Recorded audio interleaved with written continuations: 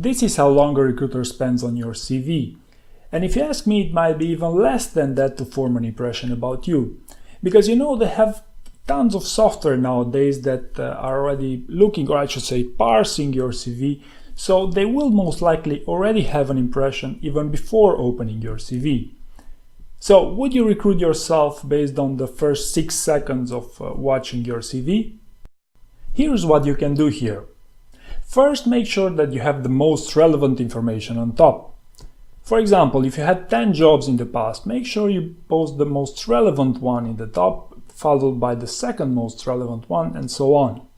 Now, a quick warning here: if you omit mentioning a job in your resume, make sure you note somewhere in bold even that you were employed during this period. I'm saying this because there are some recruiters that simply detest employment gaps, so you should make sure that you are very clear and very specific about these things.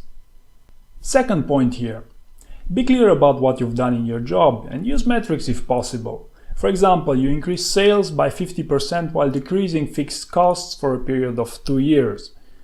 Keep only the relevant information and make it sound smart.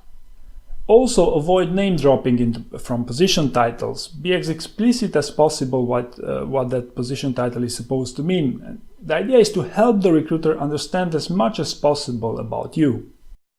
Next, you should know that Amazon banned PowerPoint-style presentations from all their meetings because they very much favor storytelling.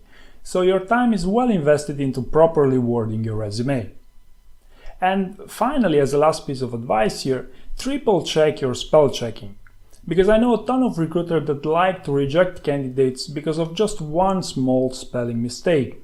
So one method to triple check this would be to simply ask a friend to help you with this, or otherwise you could just Google the most interesting sentences under apostrophes and see what the results are. Remember here, recruiters love filters and spell checking is one of their favorite.